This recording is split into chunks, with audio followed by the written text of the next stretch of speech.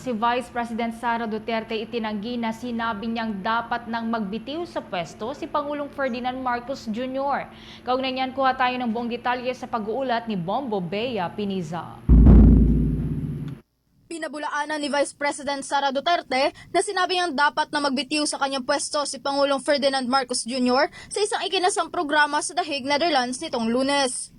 Ayon sa Vice Presidente, kahit kailan ay hindi niya naging suhestyon at naging pahayag na mag-resign na ang Pangulo at hindi niya anya ito sasabihin kahit kailan pa man. Anyang sinabi lamang niya sa programa ay kung nananawagan ng publiko as supporter si dating Pangulo Rodrigo Duterte na magbitiw na sa pwesto ang Presidente, marapat lamang anya na magbigay ang mga ito ng rason kung bakit ito ang nagiging panawagan nila sa kasalukuyang administrasyon. Wala ko sinabi kahapon na BBM resign. Yes, Hindi ko yan wala po kayong sinabi ever sinabi. Wala ko sinasabi ever na dapat mag-resign si BBM. Ang sinabi ko lang kahapon, sabi ko kung nananawagan kayo ng BBM resign, bigyan nyo ng rason kung bakit yan ang panawagan ninyo sa kanila. Paliwanag pa ng opisyal, tanging ito lamang ang kanyang mga nabanggit na pahayag sa programa at hindi na nanawagan na mag-resign ng Pangulo sa kanyang pwesto para sa ikabubuti ng lahat.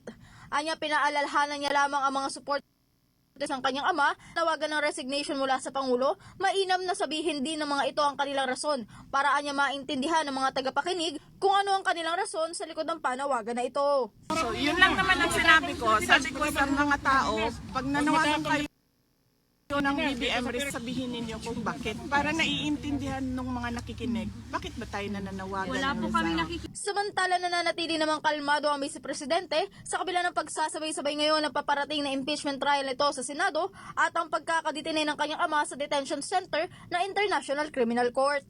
Anya, napaghandaan at kumpleto na ang legal team na magdedepensa sa kanya sa trial bago pa man ang hindi umano'y extraordinary rendition ng administrasyon sa kanyang ama.